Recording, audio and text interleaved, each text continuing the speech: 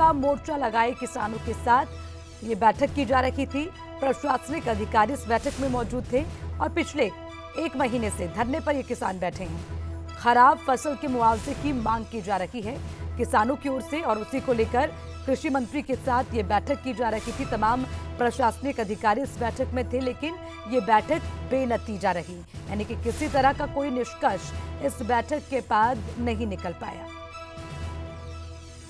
इसी पर ज्यादा जानकारी लेंगे हमारे संवाददाता नकुल जसूजा हमारे साथ हैं। नकुल, किसानों के साथ कृषि मंत्री बैठक कर रहे थे, उम्मीद ये थी कि कोई समाधान निकल पाएगा, कोई बीच का रास्ता निकलेगा, ये बैठक भी बेनतीजा रही।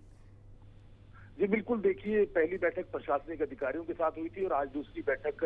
कृषि मंत्री के साथ हुई। कृषि मंत्री सिरसा आए हुए थे। सिरसा के रेस्ट हाउस में प्रशासनिक अधिकारियों की, जिसमें डीसी, एसडीएम, एसपी और तमाम जो कृषि विभाग से जुड़े अधिकारी थे, कृषि मंत्री के साथ इस बैठक में मौजूद थे। किसानों का 10 सदस्यीय दल इस बैठक में पहुंचा और यहाँ पर उनकी तरफ से ज्ञापन भी दिया गया,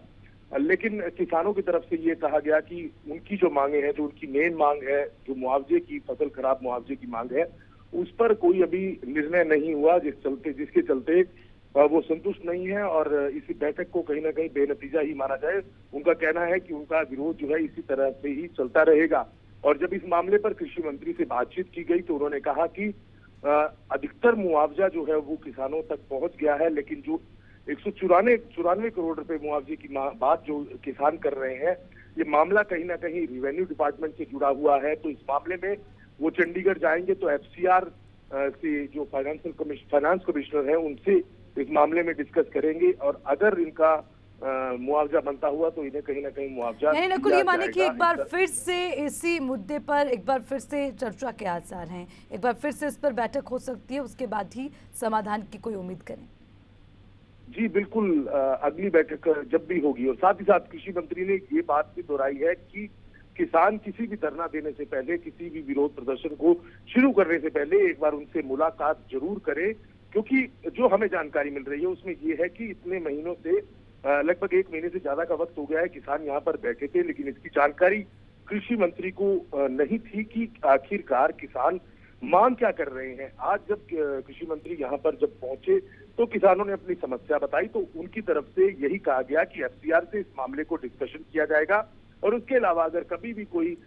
किसान संगठनों को किसी तरह की कोई दिक्कत समस्या होती है तो वो उनके पास आए, उनसे डिस्कस करें और उसके बाद वो अपना विरोध प्रदर्शन कर सकते हैं, धरना लगा सकते हैं, लेकिन पहले सरकार की नॉलेज में ये मामला डाला जाए। तो ये बात उनकी तरफ से की गई है, लेकिन इन सब के बीच यही बात निकल कर आई है कि बैठक बेनतीजा रही है